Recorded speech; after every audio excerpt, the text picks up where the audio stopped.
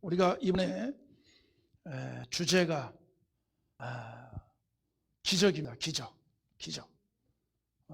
우리 성도들의 삶이 날마다 하나님의 기적을 만나는 그러나 하나님의 축복의 역사가 나타나기를 소망합니다. 할렐루야. 오늘도 이렇게 많은 분들이 참석하고 또 동영상으로 함께하는 모든 분들에게도 주의 은혜가 함께하기를 간절히 소망합니다. 오늘 첫째 날, 승리로 이끄는 기적을 만나자. 승리로 이끄는 기적을 만나자. 제목도 좋잖아요. 여기서 말하는 승리는 영적인 승리이죠. 당연히 너희는 먼저 그의 나라와 그의 일을 구하라. 그리하면 이 모든 것을 너에게 더하시라는 주의 말씀 따라서 우리가 영적인 문제가 해결이 되면 이 땅의 육적인 문제도 자동으로 해결이 되리라 믿습니다.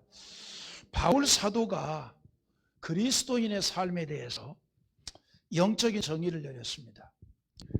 대단히 적절한 정의를 내렸는데, 바울은 이 세상에 사는 모든 그리스도인에 대해서 뭐라고 얘기하는 거니?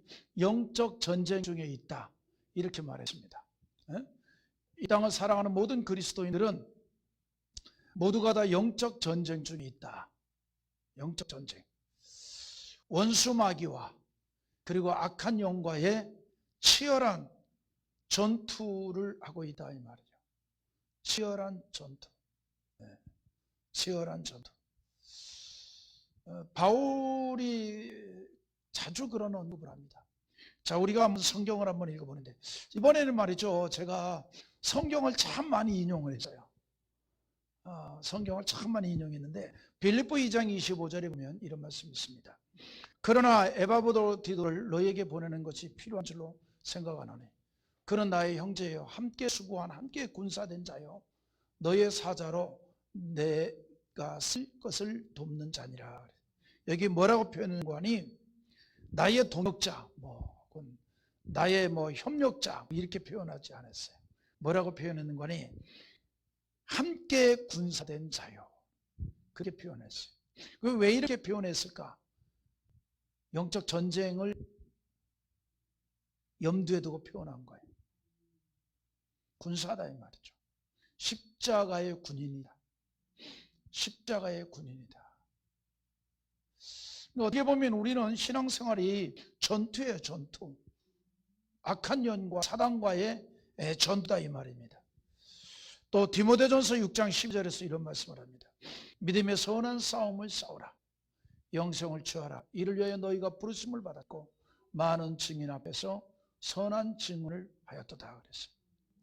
믿음의 선한 싸움을 싸우라는 거예요. 당연히 전투적인 의미를 표현합니다. 그래서 영적이라는 이 영적 전쟁이라고 하는 이 그리스도인의 삶의 원리는 다른 사도들도 동일하게 말하고 있습니다. 이를테면 야고보서 4장 7절에서도 그런즉 너희는 하나님께 복종할지어다. 마귀를 되져가라. 마귀를 되져가라. 그리하면 너희를 피하리라. 여기 되져가라는 게 뭐예요? 피하지 말고 맞서라, 이 말이에요. 맞서서 물리쳐라, 이 말이에요. 맞서서 물리쳐라.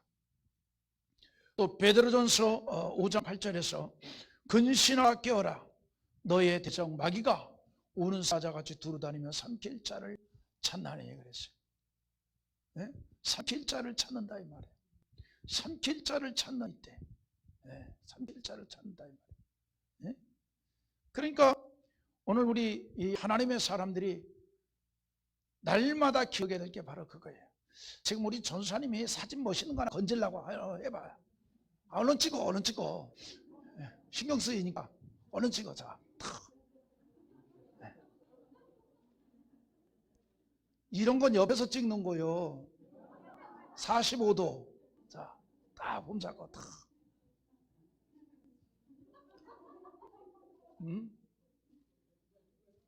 됐어요? 네, 갔어요. 네, 그거 하나 건지겠다고 협조해야지 뭐.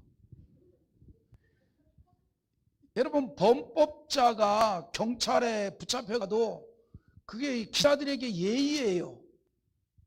좀 이렇게 사진 찍어주는 시간을 좀 한 몇 시간 좀 바로 경찰서로 끌려 들어가기 전에 좀 서서 포즈를 취해주고 더불어 사는 거 아닙니까? 그럼 훅 들어가면 안 돼요. 그게 예의가 아니야, 예의가. 우리가 인생살이 살면서 기본 예의란 게 있잖아요. 예를 들어 고속도로 올라가서는 휴게소를 들려주는 게 예의고, 그리고 휴게소를 들려서 화장실을 들렸으면 반드시 그 휴게소에서 커피라도 한 잔을 사는 게 또 그 휴게소에 대한 예의야. 휴게소를 안 들리는 거 고속도로 탈 자격이 없어. 그 다음에 휴게소를 들려서 화장실을 갔는데 그냥 자동차로 오면은 그 예의가 아니지. 그러면 안 돼, 사람들이. 커피. 그래서 한 번 휴게소에서 모든 걸 다 해결하지 마라. 장거리 갈 때는 한 번 휴게소에서는 커피 한 잔, 그 다음에 휴게소에서는 무슨 감자 튀김을 사온다던가 이렇게 해야 돼요. 한 휴게소에서 잔뜩 사고 그 다음 휴게소에서는 화장실만 들렸다 갔다 오면 그거 예의가 또 아니야. 척척 이렇게. 내가 이렇게 좀 이렇게 꽉 막힌 사람이 아니야. 다 예의가 있는 거야, 예의가. 사람이 살아가면서 최소한의 그런 이 기본이 있어야 돼, 기본이. 그래서 도둑놈도 붙잡힌 다음에 포토라인에 좀 서줄 수 있는 그런 예의가 있어야 돼. 그래서 좀 카메라 기자들이 좀 이렇게 좀 잡을 수 있는 자료를 좀 남겨줘야지. 그게 그동안 남의 것을 훔쳐먹은 거에 대한 보답이란 말이에요. 이게 우리가 살면서 최소한의 예의는 좀 갖춰야 되지. 이렇게 전도사님이 또 이렇게 긴 얘기할 시간을 또 만들어줘서 좋아요. 그러니까 결국은 성경이 우리에게 가장 강조하는 게 뭐냐? 영적인 의식을 가지라는 거예요. 우리 영적 의식을 가져라 이 말이죠. 우리는 육을 가지고 사는 세상 사람들하고는 달라요. 우리 영적 의식을 가져야 된다 이 말입니다. 그리스도인이 사는 이 세상은 영적 전쟁터라 이 말입니다. 그래서 그리스도인이 세상에서 믿음을 가지고 또 신앙적으로 산다는 것은 한마디로 그래서 쉬운 일이 아니에요. 말세가 되면 될수록 신앙생활은 더욱 어려워질 겁니다. 말세가 되면 될수록 신앙생활은 더 어려워진다 이 말이에요. 예수님께서 말세의 신앙으로 사는 자들이 어려움을 당할 것을 말씀합니다. 마태복음 24장 9절에 그때의 사람들이 너희를 환난에 넘겨주겠으며 너희를 죽이리니 너희가 내 이름 때문에 모든 민족에게 미움을 받으리라. 그래 예수님께서 말씀했어요. 예수님의 이름 때문에 이걸 우리에게 적용한다면 예수를 영접한 그리스도인으로 사는 것 때문에 신앙으로 사는 것 때문에 미움을 받는다 이 말입니다. 여러분 세상 사람들이 왜 까닭없이 그리스도인들을 미워하고 왜 세상 사람들이 까닭없이 교회를 공격해요? 이미 예수님께서 그렇게 예언을 했습니다. 너희가 내 이름 때문에 예수님 이름 때문에 모든 민족에게 미움을 받는다 이 말이죠. 이 영적인 문제를 이해를 해야 돼요. 여러분 우리가 인간적으로 생각하면 이해가 안 되죠. 이해가 안 되잖아요. 여러분 생각해 보십시오. 우리만 하더라도 한국교회가 우리 사회에 끼친 영향, 긍정적인 영향이 얼마나 많아요. 네? 절망 중에 있는 사람들에게 그래도 희망을 갖고 사십시오, 소망을 가지십시오, 사십시오라고 격려해서 어떤 정신적인 그런 것을 극복시켜주는 이 큰 일을 한국교회가 얼마나 많이 감당했습니까? 뭐 그런 것만이 아니죠. 또 구제사업에서부터 또 교육사업에서부터 얼마나 많은 긍정적인 일들을 많이 했어요. 그럼에도 불구하고 공격을 당하고 있습니다. 왜 그럴까? 간단해요. 예수의 제자이기 때문입니다. 예수의 제자이기 때문에. 이거 영적으로 이해할 수밖에 없다 이 말이죠. 마태복음 24장 10절에 뭐라 그랬습니까? 그때 많은 사람이 실족하게 되어 서로 잡아주고 서로 미워하겠으며 그랬는데 이게 말세의 현장입니다. 여러분 말세에는요 사랑이 식어가고 서로 공격적이 됩니다. 물어뜯어요. 여러분 우리나라도 보면은요 이 댓글 올라가는 거 보십시오. 어떤 사건 보면은 댓글에 칭찬하는 댓글이 하나면 묻는 댓글은 100개예요. 사람들이 그냥 막 거기에 그냥 막 쾌감을 느끼는 거야. 즐거움을 느끼는 거야. 그래서 이 악한 영에 사로잡히면 그렇게 되는 겁니다. 세상이 전부 어둠의 영에 사로잡히는 거예요. 네? 악한 영에 사로잡혀. 그러다 보니까 하나님의 영을 충만하게 받고 사는 그리스도인들도 당연히 공격의 대상이 된다 이 말입니다. 성경이 그런 이야기를 계속하고 있습니다. 디모데후서 3장 1절 그래서 이렇게 합니다. 너는 이것을 알라. 말세에 고통하는 때가 이르러. 고통하는 때가 이르는다 이 말이죠. 무슨 고통이느냐? 영적인 문제로 인해 당하는 고통이라 이 말이에요. 영적인 문제로 당하는 어려움이라 이 말입니다. 그러니까 예수님이 재림의 날짜가 다가오면 다가올수록 믿음으로 사는 것, 신앙으로 사는 건 점점 어려워진다 이 말이에요. 점점 어려워진다. 그러니까 여러분 우리가 정신 차리지 않으면 믿음으로 승리할 수가 없습니다. 신앙으로 승리할 수 없다 이 말이죠. 베드로후서 3장 3절에 뭐라 그랬습니까? 먼저 이것을 알지니 말세에 조롱한 자들이 와서 자기의 정욕을 따라 행하며 조롱하여 그랬어요. 말세에는요 조롱하는 자들이 많아지는 거예요. 조롱하는 자들이. 모두가 다 악한 영에 사로잡힌 세상에 사는 사람들의 모습입니다. 그러니까 하나님의 백성들이 조롱을 당하는 거예요. 미움을 당하는 거예요. 공격을 당한다 이 말입니다. 그래서 세상이 하나님의 백성들을 미혹하고 시험을 주고 도전을 하고 손가락질하고 돌을 던지는 일이 생긴다 이 말입니다. 왜 그럴까? 악한 영은 항상 믿음으로 사는 성도들을 미워하기 때문입니다. 사단은 목적이 있습니다. 사단은 목적이 있어요. 사단은 그리스도인이 천국을 가지 못하게 하는 것이 목적입니다. 그래서 실족하게 하고 신앙의 길에서 벗어나도록 한다 이 말입니다. 그러나 우리는 이 모든 영적인 전쟁에서 승리하기를 원합니다. 사단의 공격과 악한 영으로부터 반드시 영적인 승리자가 되기를 원합니다. 그런 의미로 옆에 있는 분들하고 인사합시다. 영적 승리자 됩시다. 할렐루야. 우리 지금 유튜브에서 오신 분들도 우리 영적 승리자 되기를 원합니다. 오늘 작은 목자 특송인데 우리 권옥인 집사님이 정말 어쩔 수 없이 함께하지 못하고 지금 유튜브로 들어오는 거 여러분들이 다 이해해 주셔야 돼요.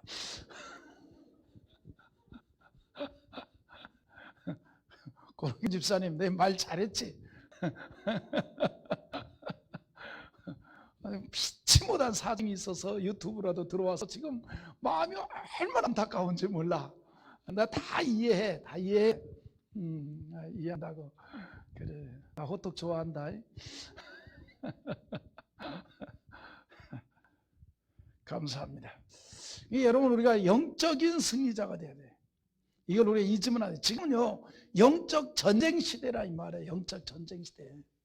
악한 영이 하나님의 백성들이 믿음으로 걸어가지 못하게 하고 천국까지 못하게 하기 위해서 조롱하고 미워하고 공격합니다 이 말이죠. 시험을 주는 거예요. 그래서 우리가 이런 악한 영과 싸워 승리를 해야 되는데 문제가 뭐냐? 악한 영은 나보다 강하다는 사실이에요. 악한 영은 나보다 강해요. 다시 말해서 나의 힘으로는 악한 영과의 싸움에서 이길 수가 없다 이 말입니다. 여러분 그런데도 우리가 지금까지 우리 신앙생활을 잘하고 있어. 그래서 은혜라는 거예요. 이게 은혜라는 거예요. 내 힘으로는 이 원수 마귀를 물리치고 승리하기가 어려워요. 악한 영과 싸워서 이기기가 어려워요. 그럼에도 불구하고 우리가 신앙생활을 지금까지 잘하고 있어요. 믿음으로 잘 살고 있어요. 온전히 언신하고 있고 충성하고 있어요. 이게 은혜라 이 말이에요. 이게 은혜예요. 여러분 기억하십시오. 내가 믿음으로 살고 있는 게 은혜입니다. 내가 신앙으로 살고 있는 게 은혜예요. 내가 주를 향해서 헌신하는 게 은혜인 줄 믿으시면 아멘 하시기 바랍니다. 할렐루야. 그래서 바울도 그런 고백을 하잖아요.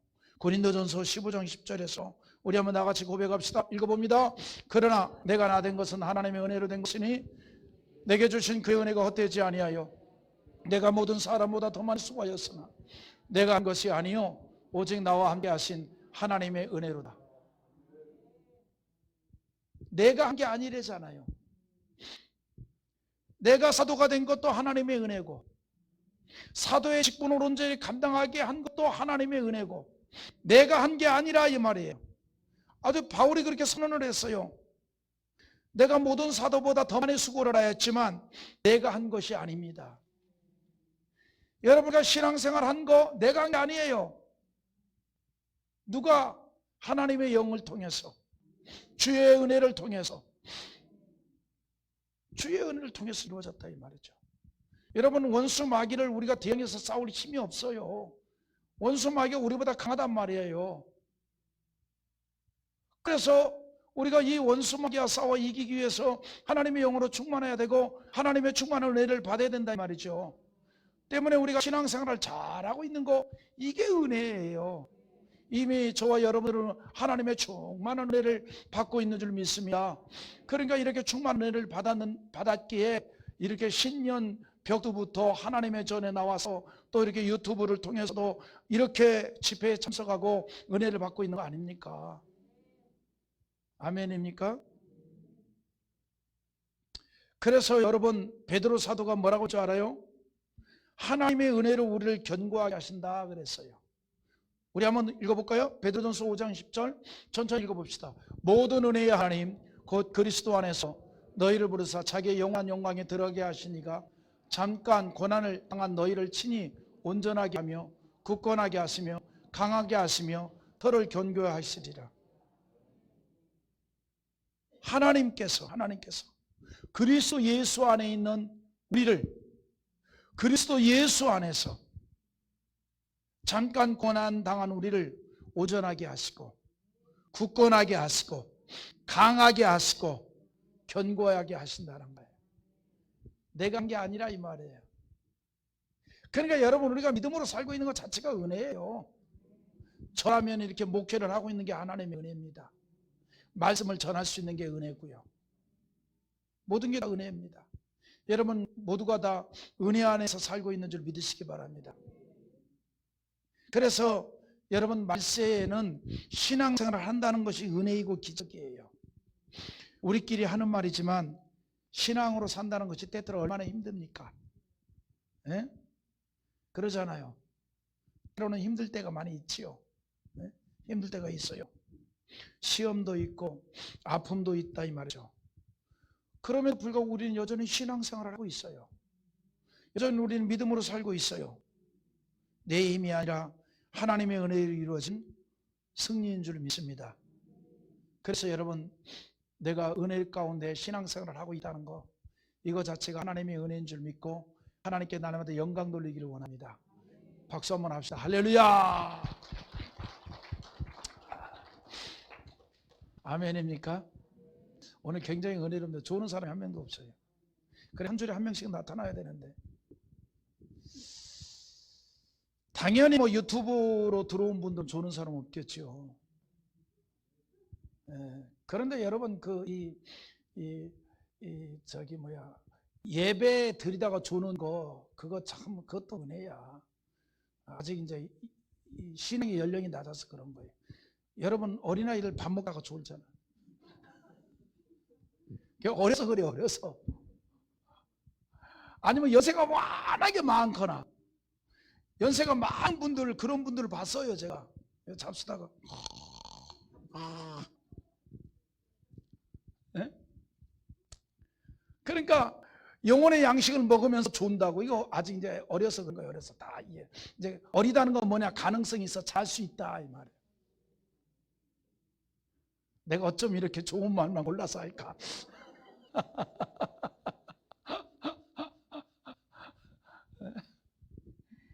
제가 하는 말 있잖아요.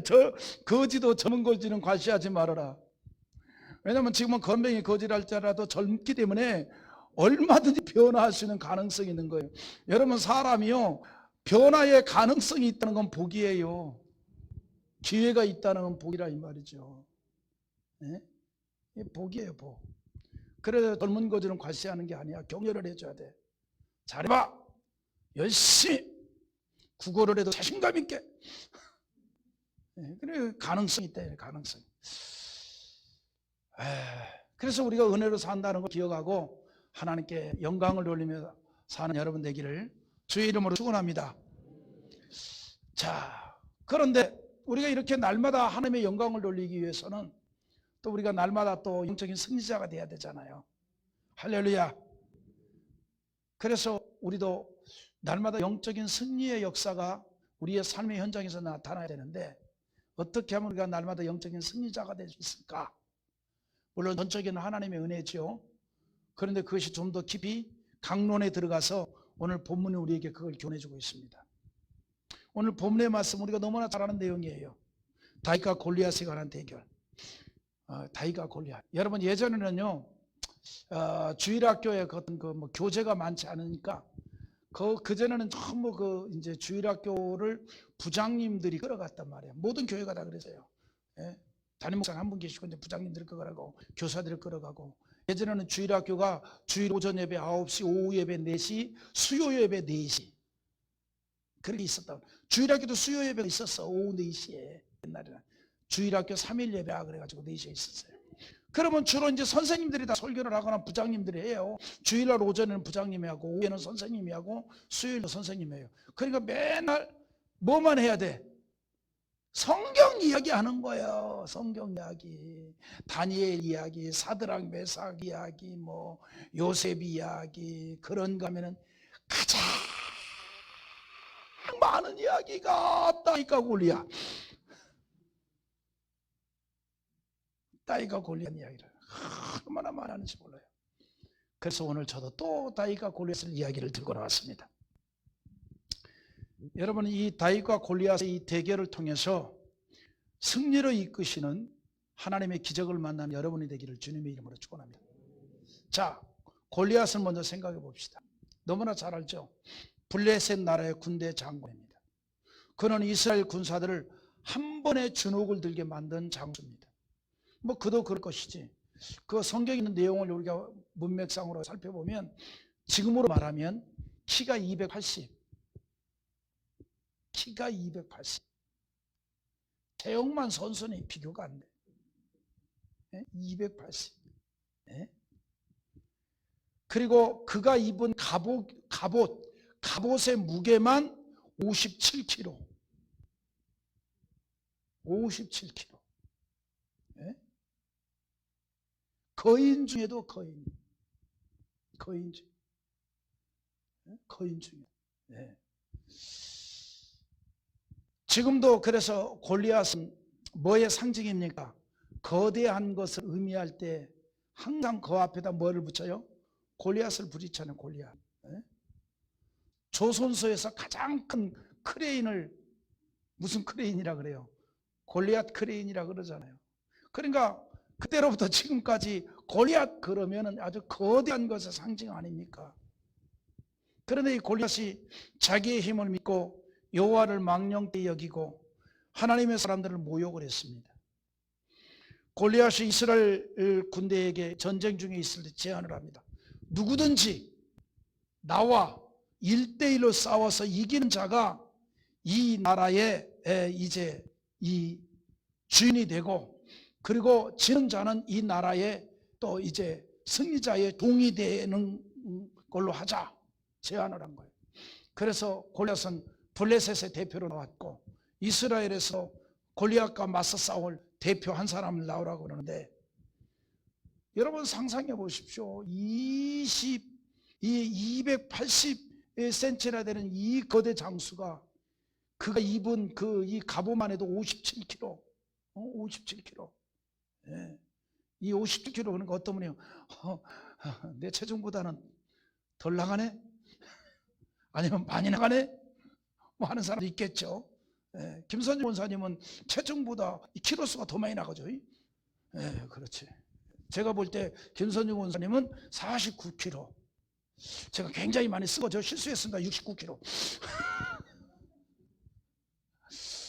자, 여자들 키로수 얘기 잘 안 한다는데 그러니까 이런 거대한 그 장수가 나서 소리 지르면서 누구든지 나하고 1대1로 싸우자.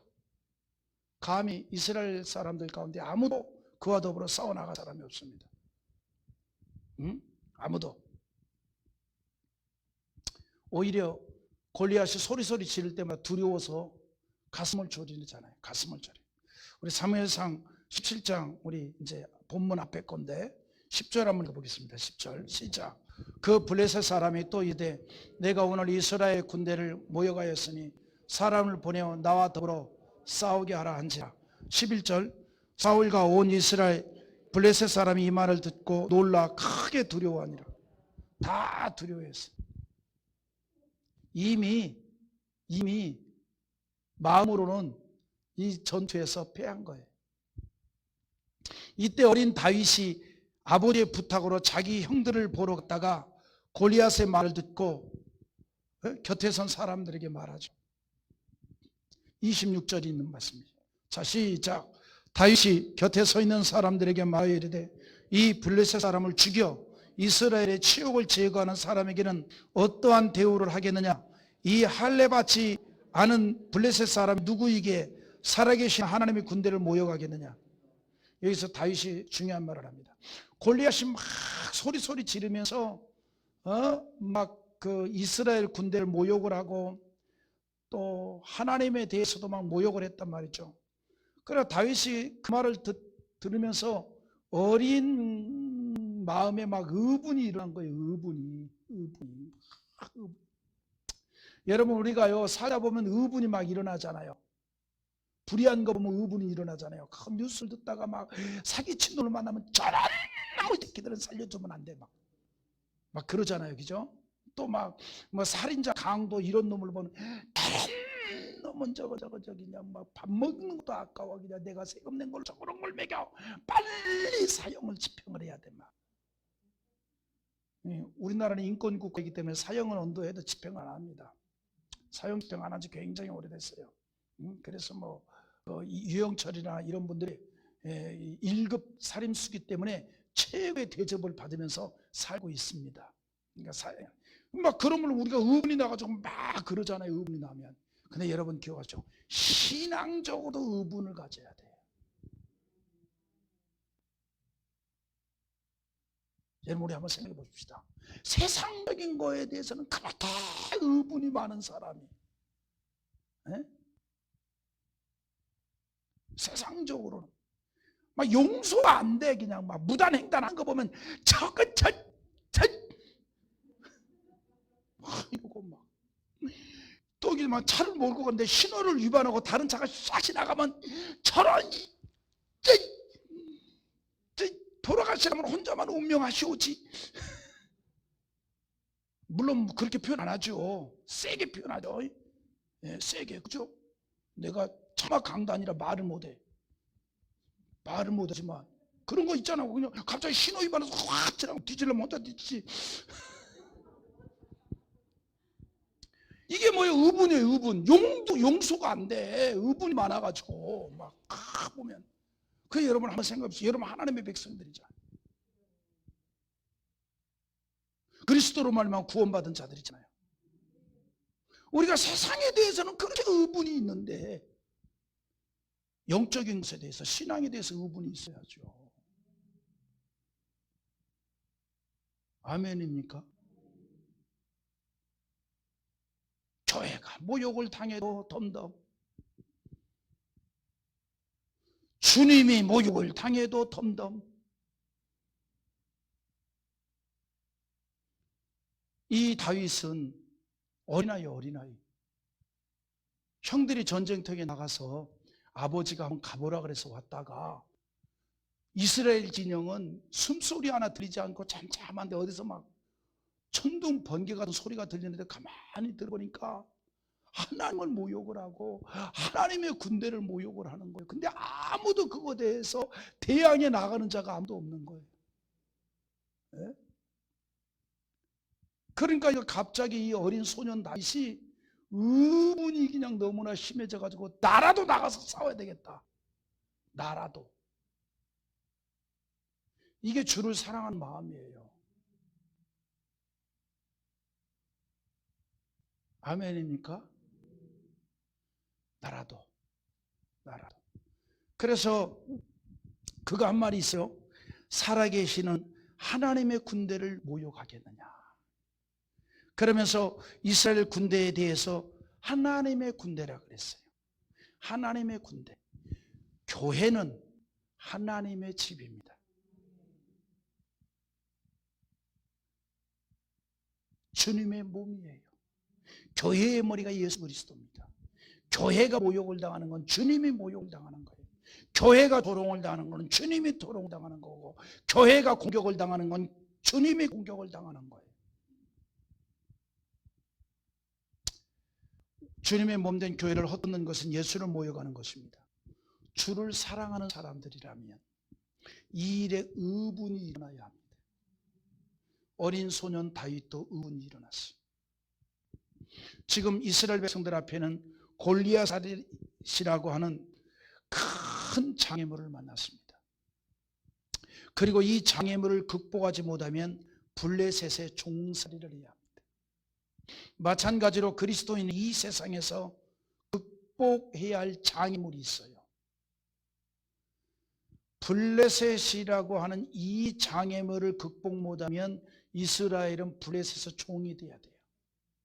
우리도 이 세상에서 영적으로 극복해야 될 장애물이 있는데, 이 장애물을 극복하지 못하면 우리는 하나님의 그늘 아래 살지만 하나님의 권세 아래 있는 게 아니라 사단의 권세 아래 살 수밖에 없다 이 말이죠. 여러분, 이 세상은요 영적인 골리앗이 있어요. 우리가 그거를 극복해야 됩니다.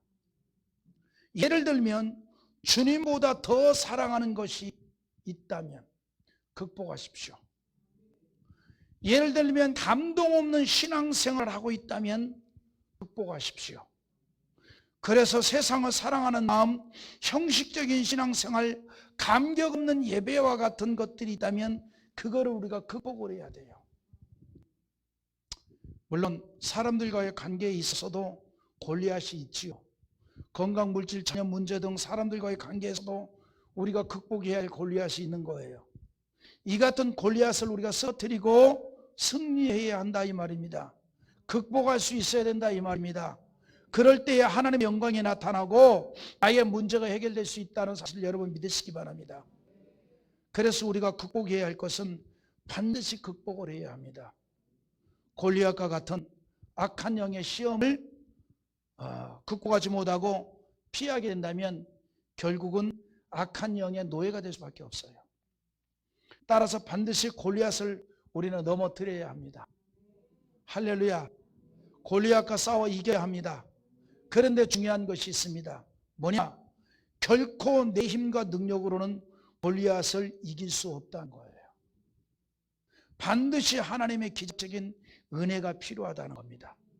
다윗은 하나님께서 베푸시는 기적의 은혜로 골리앗을 넘어뜨리고 승리하게 됩니다. 오늘 이 시간 우리는 이 말씀을 통해 어떻게 다윗에게 골리앗을 넘어뜨리는 기적의 은혜를 하나님께서 주셨는가, 이것 생각하며 우리가 이 땅에서도 날마다 승리하는 하나님의 사람들이 되기를 소망합니다. 할렐루야. 승리는 내 것일세, 승리는 내 것일세, 그새 주의 보혈로서 승리는 내 것일세, 내 것일세, 승리의 많은 그새 주의 보혈 성사의 길. 다시 한번 승리는 내 것일세. 할렐루야. 승리는 내 것일세, 그새 주의 보혈서 승리는 내 것일세. 할렐루야. 내 것일세, 승리 많은 그새 주의 성사의 길. 아멘. 할렐루야. 첫째, 다윗은 하나님의 이름의 능력을 믿을 때에 기적의 은혜를 만나게 되었습니다. 하나님의 능력의 이름. 자, 다윗은요, 골리앗과 싸우러 나갈 때에 그가 뭘 가지고 나갔느냐? 여호와 하나님의 이름을 가지고 나갔어요. 하나님의 이름의 능력을 믿었다 이 말이에요. 자, 우리 45절 한번 읽어봅시다. 17장 45절. 다윗이 블레셋 사람에게 이르되 너는 칼과 창과 단창으로 내게 나아오거니와 나는 만군의 여호와의 이름 곧 너가 모여가는 이스라엘 군대 하나님의 이름으로 내게 나가니라. 그러니까 다윗이 뭘 들고 나가느냐? 여호와 하나님의 이름을 들고 나갔어요. 그리고 다윗은 여호와 하나님의 이름이 능력이 있다는 걸 믿었던 겁니다. 여러분 잘 이해하시기 바랍니다. 여호와의 이름에는요, 권세와 능력과 기적이 있습니다. 여호와의 이름에는 권세도 있고 능력이 있고 기적이 있어요. 여러분 우리 사도행전 3장에 보면요, 베드로와 요한이 조금 이따 넘겨. 지금은 내 얼굴 좀 보여주시고, 지금 대기하고 있느라고. 성경 구절이 워낙에 많아가지고 좀 정신이 하나도 없을 거예요. 나도 참여라고 했었어. 이번에는요, 제가 기도를 많이 하면서 준비를 했습니다. 무엇보다 우리 영적인 승리자로서 나가기를 위해서 말이죠. 할렐루야.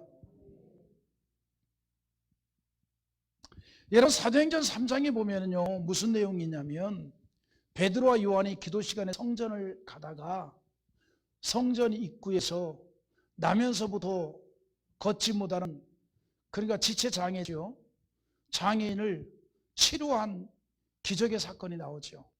여러분 그 기적의 사건이 나올 때에 베드로가 외쳤던 외침이 있습니다. 자, 우리 천천히 한번 성경 읽어봅시다. 자, 지금 올리면 돼요. 이제 사도행전 3장 6절 시작. 베드로가 이르되 은과 금은 내게 없거니와 내게 있는 이것을 내게 주노니 나사렛 예수 그리스도 이름으로 일어나 걸으라 하고. 여기서 중요한 게 있습니다. 뭐냐? 뭐가 중요하냐? 은과 금은 내게 없지만, 우리로 말하면 나 세상 재물은 없다. 따라합시다. 세상 재물 없어도 기죽지 말고 삽시다. 근데 왜 말 속에 힘이 한 개도 없어? 네? 그 여러분 이 베드로가 말이죠, 정말 은과 금이 없어요. 왜 없을까? 원래 갈릴리 호부 출신인데 배와 그물을 버려두고 예수님을 3년 동안이나 따라다니라고 박근세를 낸 적이 없어요.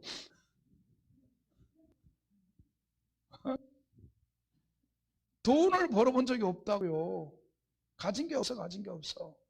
그런데 그것에 대해서 비교를 하지 않아요. 당당하게 얘기해요. 나 비록 땡전 한 번 없지만 내가 가지고 있는 게 있어요. 아, 멋지잖아요. 할렐루야. 그래서 그가 이렇게 말합니다. 내가 가진 건 없지만, 재물은 없지만 재물보다 더 큰 능력이 내게 있다. 이걸 너가 주노니 나사렛 예수 그리스도의 이름으로 일어나 걸어라. 예수의 이름을 가지고 있었다 이 말이에요. 뭘 얘기하느냐? 그거예요. 이게 지금 베드로와 그리고 다윗의 공통점입니다. 다윗이 골리앗을 맞서 싸우러 갈 때 하나님의 이름의 능력을 믿었어요. 아멘입니까? 하나님의 이름의 능력을 믿었다. 하나님의 이름이 권세가 있고 능력이 있음을 믿었어요. 베드로도 하나님의 이름의 능력을 믿었어요. 예수가 하나님의 한 분임을 믿었던 거예요. 그리고 그 이름에는 능력이 있다는 걸 믿었던 거예요. 그래서 내가 가진 거 없지만, 나는 가진 거 없지만, 그러나 이 세상의 것보다 더 크고 더 위대한 걸 내가 가지고 있다. 예수 그리스도다. 예수 그리스도의 이름으로 일어나 걸어라. 그러니까 어떤 일어나요? 7절 8절 자, 읽어봅시다. 사도행전 3장 7절 8절 시작. 오른손을 잡아 일으키니 발과 발목이 곧 힘을 얻고 뛰어서서 걸으며 그들과 함께 성전 들어가면서 걷기도 하고 뛰기도 하며 하나님을 찬송하니. 아멘. 그거예요. 하나님의 이름에는 능력이 있습니다. 그래서 주의 이름으로 나가는 자 승리하게 되는 줄 믿습니다. 주의 이름을 부르는 자 구원을 얻고, 주의 이름을 부르는 자 원수마귀를 물리치고, 주의 이름을 부르는 자 승리하는 역사가 나타난다 이 말입니다. 그럼 우리도 찬양 그랬잖아. 주의 이름을 부르는 자는 구원을 얻으리로다. 짠짠. 할렐루야.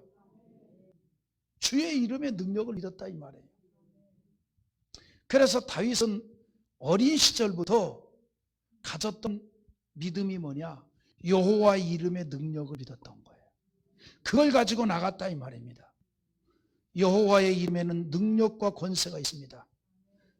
그 예수가 여러분 이제 또 내 안에 계세요. 그래서 여러분 우리가 시험을 당할 때 예수 이름으로 물리치면 돼요. 아멘. 낙심일 때 예수 이름으로 일어나면 돼요. 할렐루야. 그래서 예수의 이름으로 기도하면 응답이 있고, 예수 이름으로 물리치면 승리하게 되고, 그 이름의 능력이 있다 이 말이에요.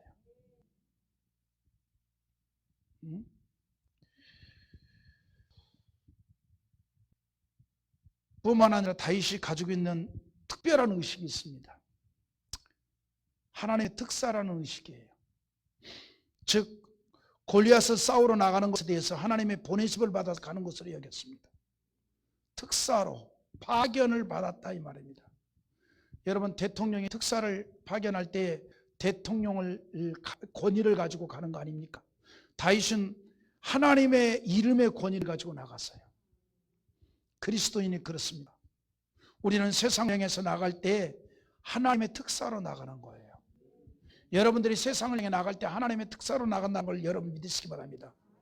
하나님의 이름의 권위와 능력을 의지하고 세상에서 하나님의 능력을 나타내는 자들이 바로 그리스도인인 줄 믿으시면 아멘 하시기 바랍니다. 이렇게 하나님의 이름의 권위를 가지고 나갈 때 기적이 일어나는 거예요. 세상을 여호와의 이름으로 나가야 하는 이유가 여기에 있습니다.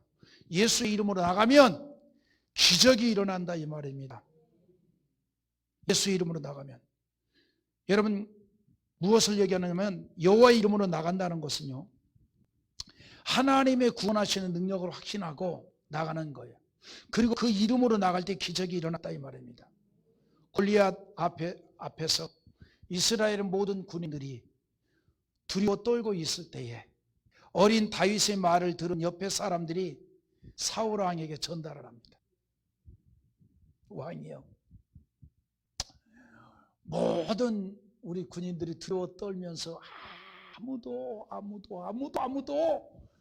저 골리앗과 싸워 나갈 자가 없습니다. 그런데 왕이여 기뻐하소서, 골리앗과 싸우겠다고 하는 용사가 나타났습니다.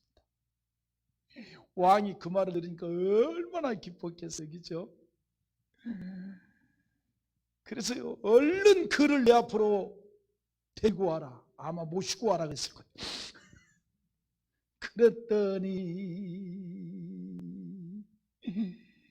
그랬더니 경규만한 애가 걸어오는 거예요. 아닌가? 태규만한 애가 걸어왔나?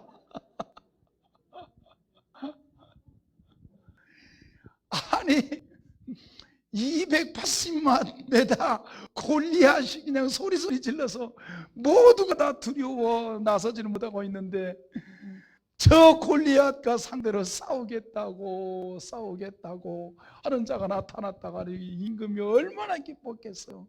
그를 당장에 모셔와라 그랬더니 꼬마를 하나 데리고 왔어. 얼마나 기도 안 차겠습니까? 네? 그래서 왕이 무시를 했어요. 뭐라고 무시해? 얘야, 이게 전쟁 놀이가 아니라 진짜 전쟁이다. 오늘 집에 가라.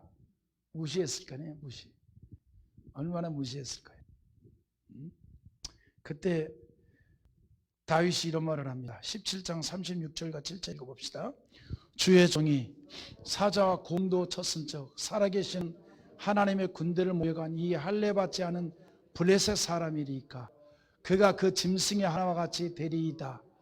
또 다윗이 이르되 여호와께서 나를 사자의 발톱과 곰의 발톱에서 건져내셨은즉 나를 이 블레셋 사람의 손에서도 건져내시리이다. 사울이 다윗에게 이르되 가라, 여호와께서 너와 함께 계시를 원하노라. 그 이전에 다윗이 어마무시한 경험을 했어요. 양을 지키는데 양을 공격하는 아주 강한 맹수를 물리친 적이 있어요. 그러니까 내가 볼 때 이 다윗은요, 강한 심성을 가진 것 같아요. 자기 사명에 충성하는 심성. 목동으로서 양을 지켜야 되는데 사자가 공격을 하고 곰이 공격을 하니까 그냥 보고만 있을 수가 없어. 너무 격렬하게 저항을 해서 막아서 물리쳤어요. 근데 그거를 다윗이 이렇게 말합니다.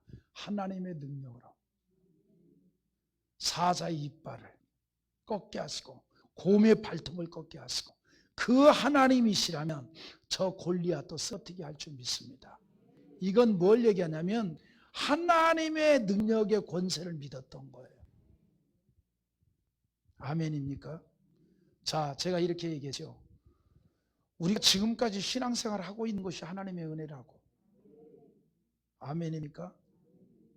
그러면 이미 우리는 하나님의 은혜의 능력 안에 살고 있는 거예요. 그 하나님의 역사를 우리는 믿어야 됩니다. 그러면 더 큰 역사도 이룰 줄 우리는 믿어야 된다 이 말이에요.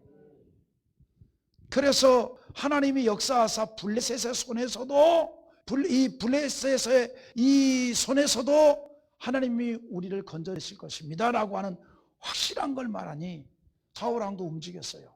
가라, 하나님이 너와 함께 하기를 원한다. 다윗은요 구원에 대한 믿음을 가지고 있습니다. 건져내시리라. 다윗은 구원에 대한 확실한 믿음을 가지고 있었기 때문에 골리앗을 무서워하지 않고 싸워서 승리할 수 있었다는 겁니다. 다윗의 눈에는 거인 골리앗이 보인 것이 아니라 골리앗을 넘어뜨린 하나님의 역사가 보였어요. 우리가 이런 믿음의 눈을 갖기를 원합니다. 구원의 확신이 있었단 말입니다. 이 말씀이 말하는 것이 있습니다. 구원에 대한 확실한 믿음이 있어야 골리앗이 넘어지는 기적이 내 앞에 나타난다는 거예요. 우리가 구원의 확신이 있으면 어떤 골리앗이라 할지라도 두려워하지 아니하고 승리할 수가 있습니다. 어떤 아픔이 있고 어떤 어려움이 있다 할지라도 승리하게 됩니다. 다윗은 골리앗 앞에서 당당하게 대처를 하였습니다. 그리고 승리했습니다. 우리가 문제 앞에 두려워하고 떨면 실패합니다. 그러나 구원을 확신하고 믿음을 가지면 기적이 일어난다 이 말입니다. 여러분, 그래서 우리가 믿음으로 확신을 하지 못하면 실패가 찾아온다는 것을 잊지 말아야 합니다. 아브라함을 우리는 기억합니다.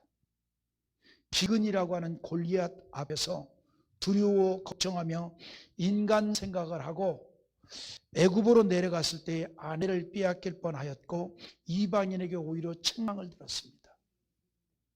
이방인에게 오히려 책망을 들었어요. 창세기 12장 10절에 있는 말씀 한번 읽어봅니다.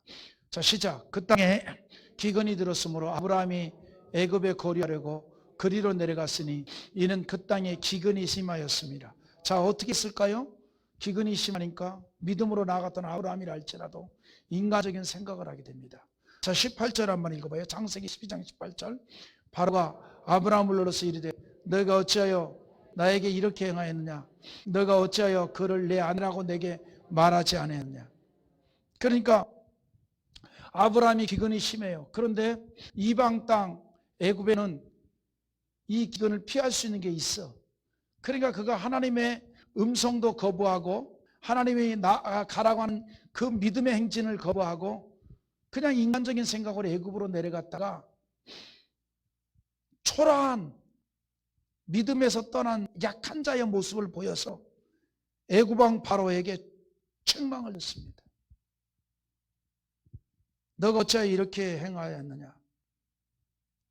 너가 어찌하여 그를 내 아내라고 내게 말하지 않느냐. 근데 반전입니다. 나중에 이런 아브라함이 은혜를 더욱 받고 하나님에 대한 믿음이 굳건하여져서 하나님에 대한 믿음으로 충만할 때에 승리자가 됩니다. 아들 이삭을 바치라고 하는 골리앗 앞에서 그는 부활의 믿음을 가졌습니다. 그 시험에서 승리했다 이 말이죠.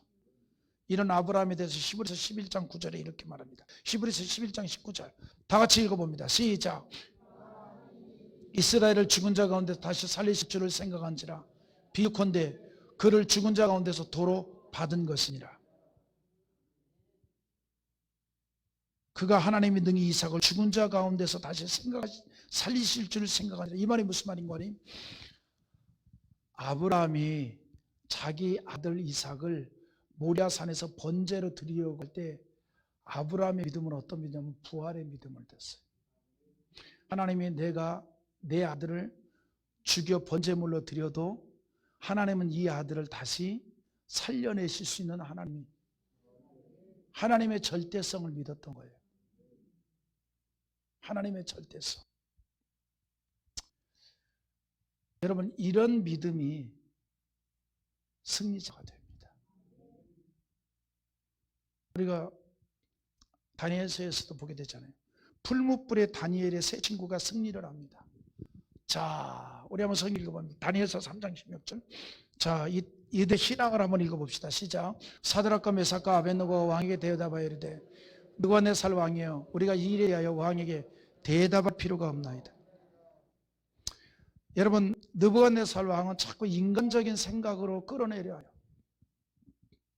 인간적인 생각으로 가도록 만들어요. 그런데 사드락 메삭 아벳느고는 단호합니다. 단호해요. 여호와 하나님을 향한 신앙이 단호했습니다. 그래서 그것 때문에 불묵불 속에 들어가게 됩니다. 그러나 거기서 건짐을 받는 기적을 만나게 됩니다. 잘 이해하십시오. 하나님에 대한 믿음으로 단호한 신앙의 발걸음을 걷는 곳이 하나님의 기적을 만나는 장소가 됩니다. 이걸 우리가 잊어서는 안 된다 이 말입니다. 다니엘도 그랬잖아요. 다리오 왕 시대 누구든지 왕 외에 다른 신이 있다면 사자굴에 던지겠다는 금령이 선포된 후에도 다니엘은 하루에 3번씩 기도하는 것을 쉬지 않았어요. 오히려 더 하나님께 감사하며 기도했어요. 다니엘 6장 10절을 한번 읽어봅니다. 다니엘이 이 조서에 왕의 도장이 찍힌 것을 알고도 자기 집에 들어가서는 윗방에 올라가 예루살렘을 향한 창문을 열고 전에 하던 대로 하루에 3번씩 무릎을 꿇고 기도하며 그의 하나님께 감사했더라. 할렐루야. 다니엘은 하나님께서 구원해 주실 것을 믿었기 때문입니다. 이 믿음으로 하나님으로부터 보호를 받아 골리앗 같은 사자 입에서도 승리할 수가 있었다는 사실이에요. 내가 다시 살아날 것이라는 믿음이 있으면 죽음도 두려워하지 않습니다. 스데반 집사가 그랬잖아요. 여러분, 우리나라 기독교 역사를 보면 많은 순교자들이 구원의 믿음이 있었기 때문에 골리앗과 같은 신사참배 앞에서도 승리를 할 수가 있었던 거예요. 하나님에 대한 절대적인 믿음을 가질 때 여러분 우리가 담대할 수가 있는 겁니다. 그래서 바울이 그런 고백도 했잖아요. 고린도후서 4장 8절 9절에 그런 고백을 합니다. 한번 읽어봅시다.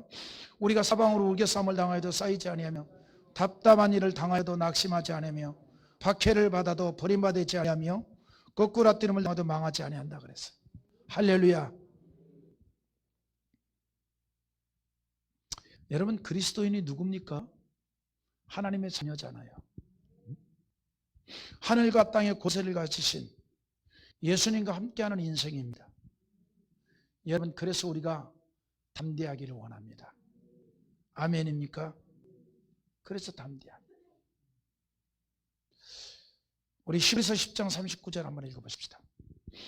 자, 우리는 뒤로 물러가 멸망할 자가 아니요 오직 영혼을 구원함에 이르는 믿음을 가진 자니라. 이게 그리스도인이에요. 그리스도인이 누구냐면, 여러분이 누구냐면 뒤로 물러가 멸망할 자가 아닙니다. 오직 영혼을 구원함에 이르는 믿음을 가진 자인 줄 믿으시기 바랍니다. 그래서 죽어도 다시 살아난다는 구원의 확신만 있으면 골리앗이 보이는 것이 아니라 골리앗을 쓰러뜨리고 승리하게 하시는 하나님의 능력이 보이게 된다 이 말입니다. 오늘 여러분, 우리는 그 같은 승리를 꿈꾸는 자 되기를 바랍니다. 회복을 꿈꾸는 자 되기를 원합니다. 인생의 회복이 이루어지고, 사업의 회복이 이루어지고, 신앙의 회복이 이루어지고, 교회의 회복이 이루어지는 그런 것을 꿈꾸는, 그래서 그 믿음대로 나가는, 그래서 그런 하나님의 역사가 나타나는 2021년이 될 수 있기를 주님 이름으로 축원합니다. 할렐루야, 할렐루야. 나의 등 뒤에서 나를 돌시는 주, 나의 인생길에서 지치고 고나여 매일처럼 주저앉고 싶을 때 나를 밀어주소. 할렐루야. 일어나 걸어라, 내가 새 힘을 주리니. 일어나 너 걸어라, 내 너를 1절만 다시 부르겠습니다. 나의 뒤에서 나를 오시는, 나를 보시는 주, 나의 인생 길에서 지치고 고나여 매일처럼 주저앉고 싶을 때 나를 밀어주신 할렐루야. 일어나 걸어라, 내가 새 힘을 주리니. 일어나 너 걸어라, 내 너를 부르리. 아멘. 두 번째, 온전히 하나님만을 의지할 때 기적이 일어납니다. 사울왕은요, 어떤 군사도 나서는 자가 없었기 때문에 어린 다윗이라 할지라도 골리앗에게 보낼 수밖에 없었지요. 따라서 사울왕은 자기의 군복을 입혔어요. 왜냐하면 그래도 최소한 군인의 모습은 갖춰서 내보내려고 그런 거죠. 그렇잖아요. 네. 생각해 보십시오. 양을 치던 막대기 들고 나가게 할 수는 없잖아요. 그래서 군복을 입혀서 내보내고 싶었던 거예요. 그래서 사무엘상 17장 38절에 보면 이에 사울이 자기 군복을 다윗에게 입히고 노투구를 그의 머리에 씌우고 또 그에게 갑옷을 입히며 그랬어요. 여러분, 사람은요 외모를 보게 되잖아요. 때문에 사울은 이제 다윗의 외형을 갖추도록 한 겁니다.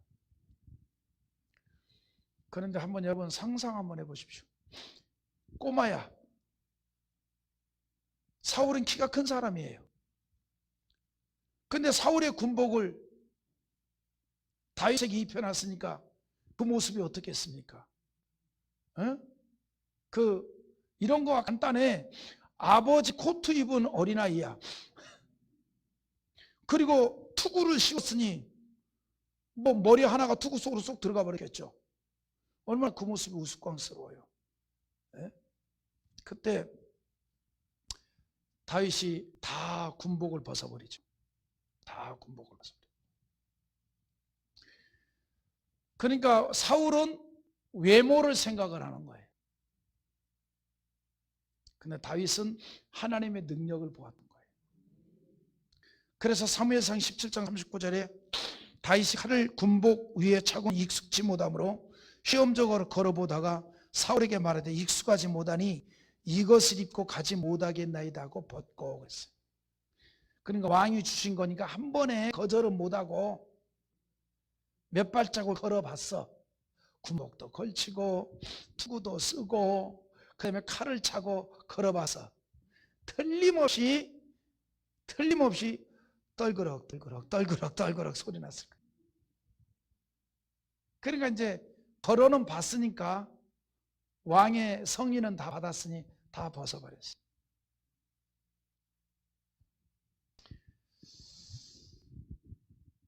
다윗을 꾸미고 있던 걸 다 벗어버렸습니다.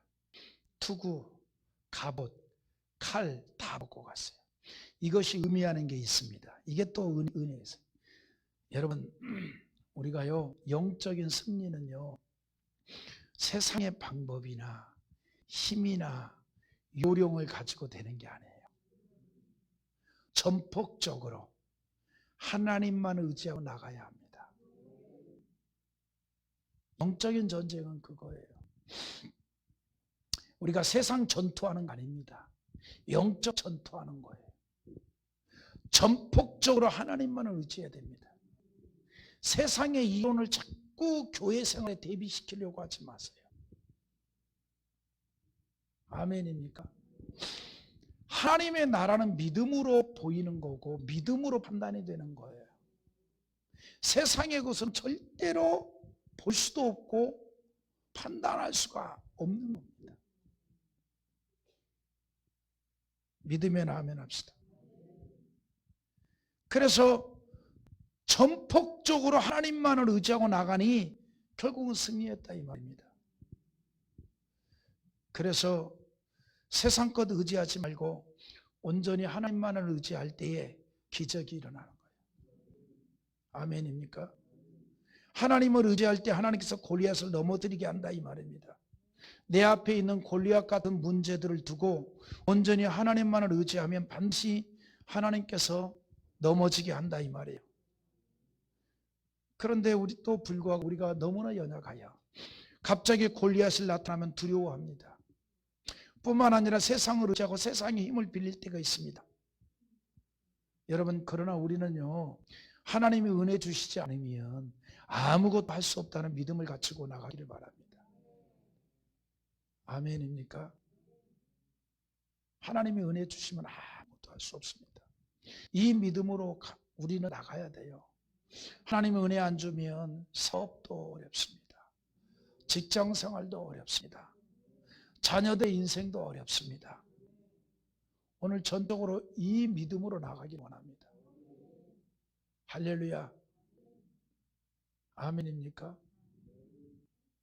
전적으로.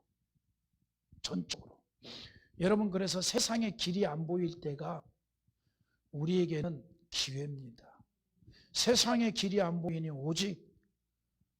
오직 하나님만을 볼 수밖에 없잖아요. 그게 기회예요, 기회. 우리가 그렇게 전적으로 하나님만 의지할 때 하나님의 역사가 나타나는 겁니다.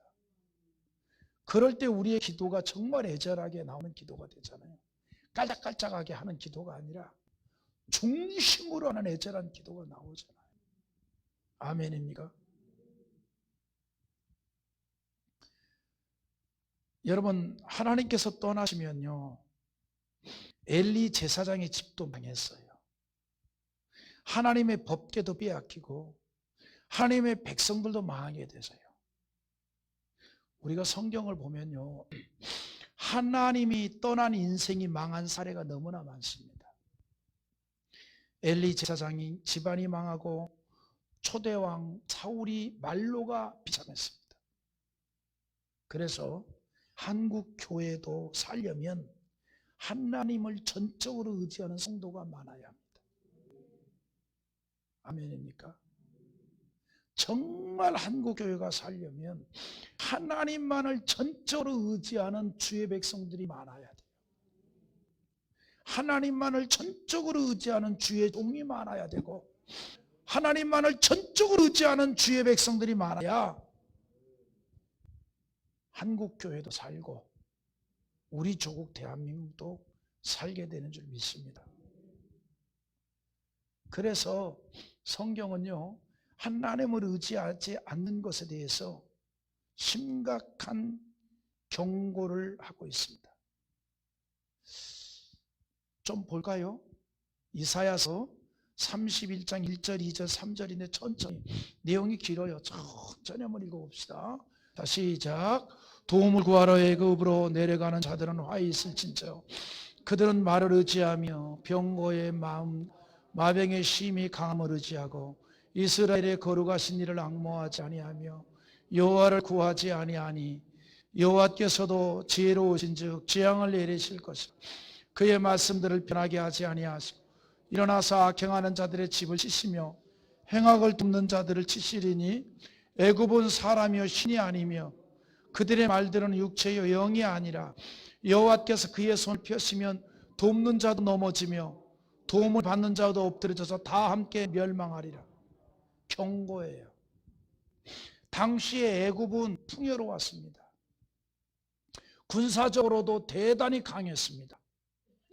그래서 인간적으로 그 애굽을 의지하면 하나님께서 경고하였습니다. 뭐라고 하겠습니까? 애굽이 신이 아니다. 내가 신이다. 그 말이 무슨 말이에요? 애굽을 의지할 대상이 아니라 나를 의지하라 이 말이에요. 할렐루야. 그래서 애굽은 사람이요 신이 아니다. 그들의 말들은 육체요 영이 아니다. 여호와께서 그의 손을 펴시면 돕는 자도 넘어지고 도움을 받는 자도 엎드려져서 다 함께 명할 말하리라. 이 말이 무슨 말인가 하니 우리는 전적으로 하나님의 도움을 받고 하나님의 은혜를 받아야 될 자인데, 아멘. 가만히 생각하니까 내가 당한 이 어려움을 인간적인 눈으로 보니까 저 사람이 완벽하게 해결해 줄 수 있을 것 같아. 그래서 하나님 앞에 기도하고 하나님의 도움을 구하는 간절함도 없이 오로지 이 사람의 도움을 받기 위해서 그 앞에 가서 도움을 요청하고 알랑알랑 뽕뽕뽕뽕 알랑방구를 하면 나도 망하고 그도 망하고 모두 망하게 될 것이다. 그 좋은 본보기가 솔로몬이었어요. 솔로몬 통치할 때 애굽이 군사가 많았어. 그래서 자기도 그 군사력을 높이기 위해서 애굽에서 말을 다 수입해 왔어요. 그런데 정작 솔로몬이 그 다음 때에 나라가 붕괴되기 시작하잖아요. 오늘 여러분, 우리는 하나님의 은혜를 받아야 될 대상이에요. 우리 이 믿음 가지고 삽시다. 그래서 하나님의 도우심을 의지하지 않는 자에 대해서 참으로 경고를 하고 있다 이 말입니다. 참으로 경고. 때문에 우리 한번 성경 한번 읽어보는데 시편 146편 3절과 4절 한번 읽어봅시다. 시작. 귀인들을 의지하지 말며 도울 힘이 없는 인생도 의지하지 말지. 그래서 그의 호흡이 끊어지면 흙으로 돌아가서 그날에 그의 생각이 소멸하리로다. 아멘. 귀인들을 의지하지 말라. 여기서 말하는 귀인이 뭐냐면 능력 있는 사람을 말해요. 돈 많은 사람, 권력 있는 사람, 나의 도움이 될 사람. 근데 의지하지 말래요. 여러분, 우리나라 사람들은요 연초에 점 보러 가요. 아이 볼 것도 없어. 내가 오늘 정찬희 권사님 점 받을게요. 7월에 물가 조심해요. 물 조심해, 물 조심해. 그리고 1월에 아이고 외출 삼가에 건강수 있어.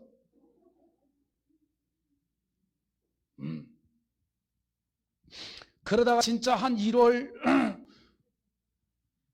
15일쯤에 나갔다가 눈길에 미끄러서 다리 똑 하면 아이고 용해.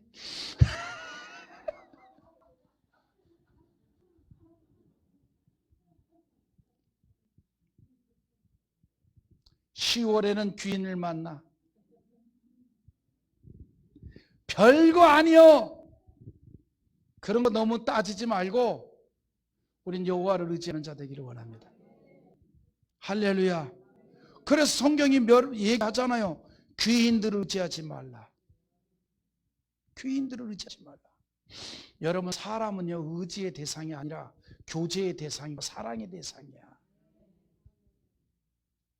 사람은 의지의 대상이 아니라 사랑의 대상, 교제의 대상.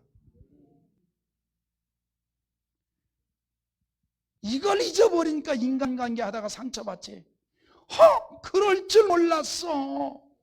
뭘 그럴 줄 몰라. 사랑은 그냥 교제의 대상이고 그냥 사랑의 대상이라니까. 뭘 그럴 줄 몰라. 그러면 뭘 하나 더 사줘. 미안하게. 그래도 안 미안하면 또 사줘. 그래도 못 느끼면 또 사줘. 그래도 못 느끼면 팔자야 할 수 없어. 사람은요, 사랑의 대상이에요. 그냥 교제의 대상이야. 만나는 동안에 재미있게 그러면 지내면 되는 거예요. 옆에 있는 분들은 인사하세요. 잘 지내고 삽시다. 그 사람은 그런 대상이에요. 사람 의지할 거 아니라 이 말이죠. 벌써 설교 1시간이나 갔어. 오늘 첫날 왜 이렇게 길게 하는지 몰라. 끝내야 되는데 원고가 아까워서 조금만 더 할게요. 졸아야 되는데 안 졸아서 그래. 여러분, 내 앞에 있는 골리앗을 향해서 나아가는 자는 하나님만을 온전하게 의지하는 자가, 하나님의 능력만 의지할 때에 기적을 우리가 경험하게 된다 이 말입니다. 그래서 여호와를 의지하는 자에게는 복이 있음을 약속하고 있습니다. 복이 있다 이 말이죠. 시편 84편 11절 읽어봅시다. 시작. 여호와께서 은혜와 영화를 주시며 정직하게 행하는 자에게 좋은 것을 아끼지 아니하실 것입니다.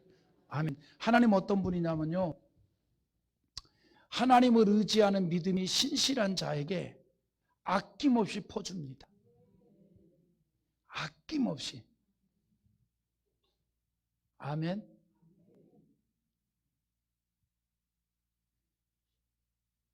그 시집간 딸내미가 사랑스러워져서 뭐라도 하나 더 주고 싶은 친정어머니 심정. 요즘 친정엄마는 안 그런데 옛날 친정엄마, 요즘 친정엄마 말고 요즘 친정엄마는 뭐가 들고 가면 그만 가져가 가시네요. 근데 옛날 친정엄마는 뭐라도 하나 더 주고 싶어 하잖아요. 에? 뭐라도. 우리 하나님 그런 분이라 이 말이에요. 우리에게 뭔가 아낌없이 주고 싶어 한다고요. 뭐 하면 하나님만을 의지하면, 전적으로 하나님만을 의지하고 그 신실하게 나가면. 그래서 시편 84편 12절에 만군의 여호와여 주께 의지하는 자는 복이 있나이다 그랬어요. 그게 누구냐? 여러분이시기를 원합니다. 아멘입니까? 그래서 에레미야 17장 7절에도 그러나 물은 여호와를 의지하며 여호와를 의리한 그 사람은 복을 받을 것이라 그랬어요. 마지막 세 번째, 하나님의 말씀 붙잡고 나갈 때에 우리가 기적을 만나게 되는 줄 믿으시면 아멘 합시다. 할렐루야. 축복받으라, 축복받으라. 예수 내게 말씀하셔서 축복받으라, 축복받으라.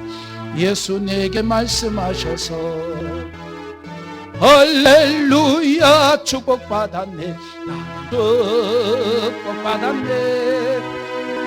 할렐루야. 축복받았네, 나는 축복받았네. 아멘. 오랜만에 문종화 집사님 아멘 주여 이렇게 막 하네. 그래요. 안 본 지 되게 오래된 것 같은데. 문종화 집사님 안 본 지 되게 오래됐어. 그래요. 이번 주일날 볼까요? 그래요. 내가 이번 주일날 만난 것 있게 같이 먹읍시다. 튀김 우동도 준비되어 있어.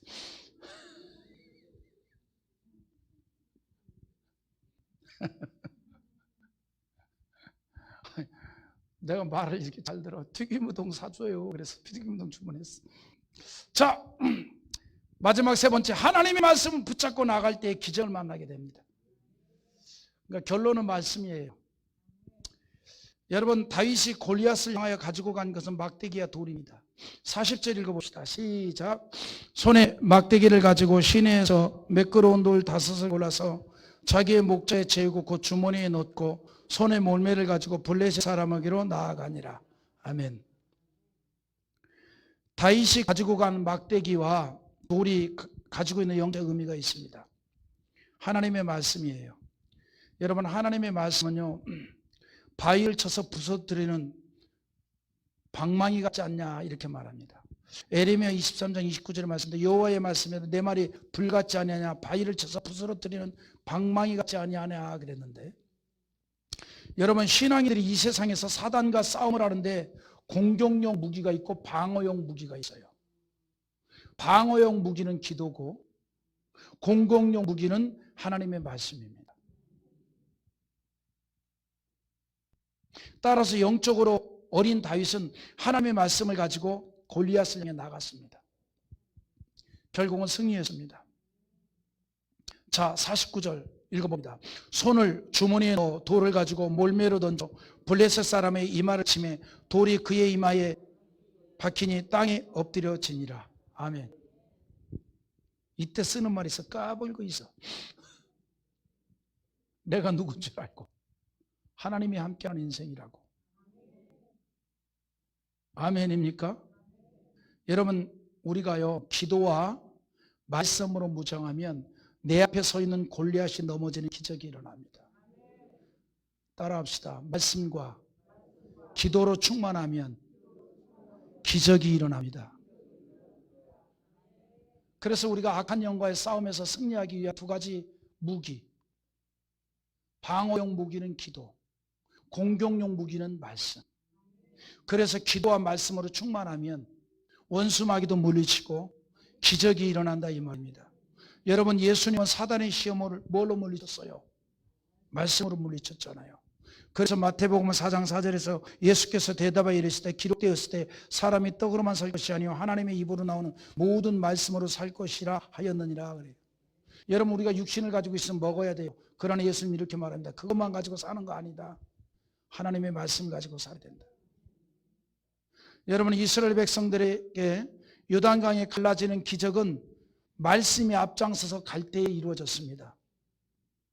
뭐라 그래요? 여호수아 3장 8절에 너는 언약궤를 맨 제사장들에게 명령하여 이르기를 너희가 요단강 물가에 이르러거든 요단에 들어서라 그랬어요. 언약궤, 그 속에 여호와의 계명이 있습니다. 말씀이 앞장서 가야 된다 이 말이에요. 여러분, 우리가 하나님의 말씀에 굴복을 당하고 말씀의 다스림을 당하고 말씀의 이끌림을 당하며 나아갈 때 하나님의 기적이 나타나는 줄 믿으시기 바랍니다. 그래서 성경은 골리앗과 같은 거대한 악한 영과 싸우기 위해서 하나님의 전신갑주를 입으라고 명령하면서 하나님의 전신갑주 가운데에 뭐라고 얘기하는 거 아니? 기도와 말씀을 강조하고 있습니다. 우리 마지막으로 한번 읽고 마칩시다. 에베소 6장 11절 읽어봅시다. 시작. 마귀의 간계를 능히 대적하기 위하여 하나님의 전신갑주를 입으라. 자, 18절 읽어봅시다. 에베소 6장 18절 모든 기도와 간구를 하되 항상 성령 안에서 기도하고 이를 위하여 깨어 구하기를 항상 힘쓰며 여러 성도를 위하여 구하라. 우리가 승리로 이끄는 기적을 만나고 축복이 되는 인생이 되려면 그 무엇보다도 그 어떤 것보다도 기도와 말씀을 앞세우시길 바랍니다. 여러분, 우리가요 정말 금년 1년 승리로 이끄는 기적을 만나기를 원한다면 하나님의 말씀을 좀 앞세웁시다. 말씀대로 주일 성수해보는 거예요. 말씀대로 온전한 11조 생활하는 거예요. 반드시 기적을 만나게 될 줄 믿습니다. 그리고 그 기적은 나에게 축복이 될 줄 믿으시기 바랍니다. 여러분, 우리 앞에는 나의 믿음을 약하게 하고 신앙을 흔드는 골리앗이 있습니다. 수없이 많은 골리앗이 있어요. 이 골리앗에 피하면 세상의 노예가 되고 결국 믿음을 버리게 되는 겁니다. 따라서 골리앗은 반드시 넘어뜨려야 합니다. 그런데 우리의 힘으로는 불가능하단 말이죠. 그러나 하나님의 능력은 가능합니다. 하나님의 능력으로 골리앗이 넘어짐으로 말미암아 이스라엘 백성들이 블레셋과 전쟁에서 승리하고 자유를 누리게 되었습니다. 그러면 우리가 승리로 이끄는 기적을 만나고 축복을 받는 자가 되려면 오늘 주신 말씀을 기억하시기 바랍니다. 하나님의 이름의 능력이 된 믿음을 가지고 온전히 하나님만을 의지하며 하나님의 말씀 붙잡고 기도하는 가운데 나아가면 반드시 승리하게 되고 기적을 만나게 되고 축복이 될 줄 믿습니다. 이 은혜가 여러분에게 나타나기를 주님의 이름으로 축원합니다.